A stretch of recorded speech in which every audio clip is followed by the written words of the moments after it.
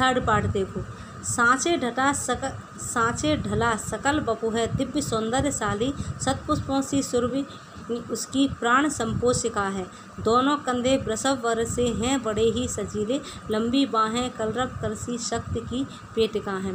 के अब 13वें का देखो। सांचे ढला सकल बपु है, कि ऐसा उनका संपूर्ण शरीर, पवन से कहती है कि हे पवन देखो उनका संपूर्ण शरीर ऐसा लगता है जैसे सांचे में ढला हुआ है, ईश्वर ने फुर्सत से बनाया। दिव्य सौंदर्यशाली के अत्यंत सौंदर्य युक्त है, कि शतपुष्पों सी सुरभि उसकी प्राण संपोषिका है, कि हजारों पुष्पों की सुगंध से युक्त उनकी जो सांसें हैं वो हैं प्राण संपोषिका। जो सांसें हैं वो उनकी कैसी हैं, ऐसा लगता है जैसे हजारों पुष्पों की सुगंध उनकी सांस में घोल दी गई हो।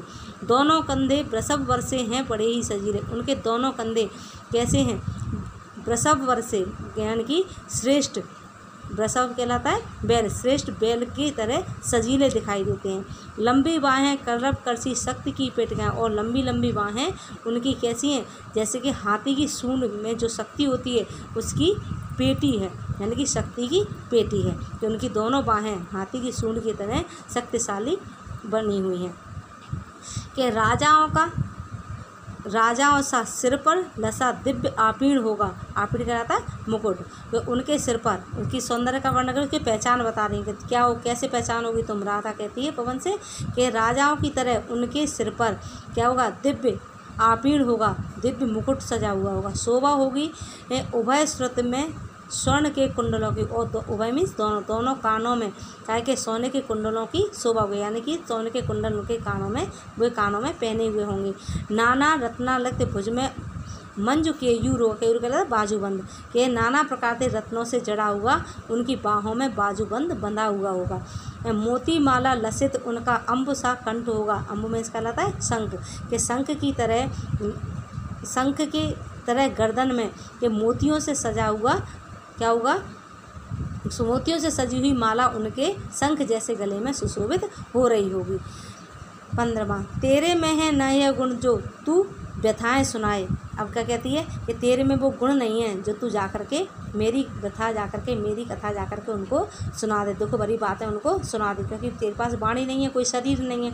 तो व्यापारों को प्रखर मति युक्तियों से चलाना, व्यापार हमेशा तेज बुद्धि और युक्तियों से चलाया जाता है, विचारों से चलाया जाता है। बैठे जो हों निज सदन में मेघ सी कांति वाले, तो इसलिए तू सुन कि यदि अगर वो मेघ जैसी कि बादल जैसी कांति वाले, बादल जैसे शरीर की कांति वाले अपने घर में जहाँ बैठे हुए हों, तो चित्रों को इस भवन के ध्यान से देख जाना।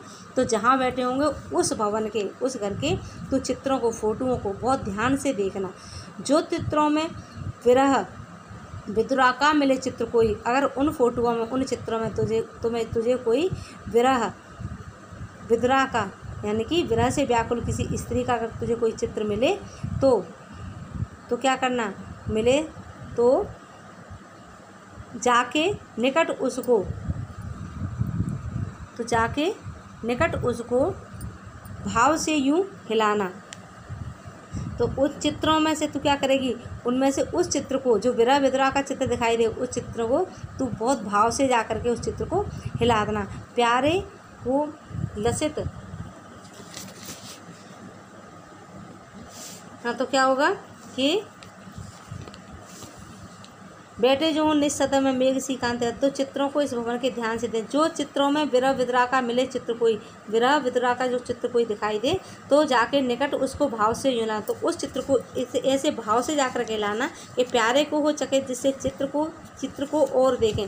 तो प्यारे चकित होकर के, आश्चर्यचकित होकर के उस चित्र की ओर देखें। आशा है यह सूरत उनको हो सकेगी हमारी, मुझे आशा ही नहीं पूर्ण विश्वास है कि मेरे प्यारे प्रियतम को अवश्य ही मेरी याद आ जाएगी।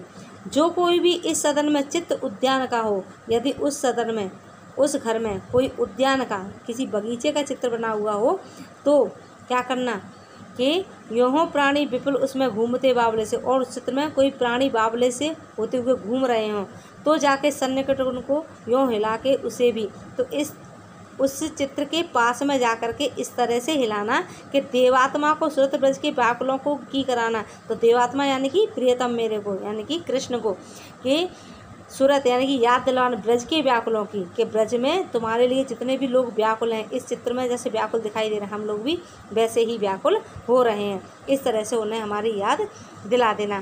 कोई प्यारा कुसुम कुमला गे में जो पड़ा हो, और गे मीन्स रास्ते में, यदि कोई पुष्प, गे मीन्स घर में अगर कोई पुष्प कुमलाया हुआ मुरझाया हुआ पड़ा हो तो प्यारे के चरण पर ला डाल देना उसी को। तो प्यारे श्री कृष्ण के चरणों में उस कमल को ला करके, उस पुष्प को ला करके डाल देना। यूँ देना है पवन बतला फूल सी एक बाला, हे पवन इस तरह से तू बतला देना कि इस कुमलाए हुए फूल की तरह एक बाला म्लान हो कमल पग को चूमना चाहती है, कि दुखी हो करके आपके चरण कमलों को चूमना चाहती है।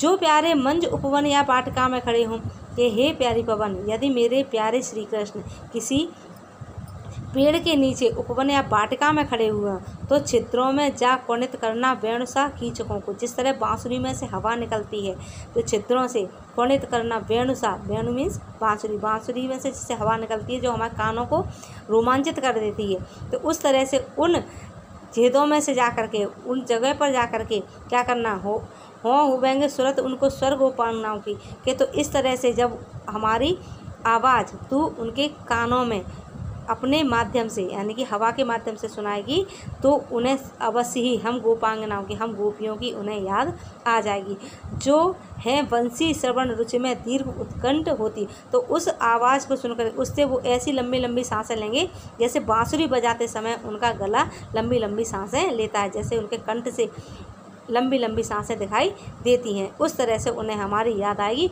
और हमारी याद में वो लंबी लंबी सांसें लेने लगेंगे। तो ये हो गया इसका बेटा कौन सा पार्ट हो गया, ये 4th पार्ट।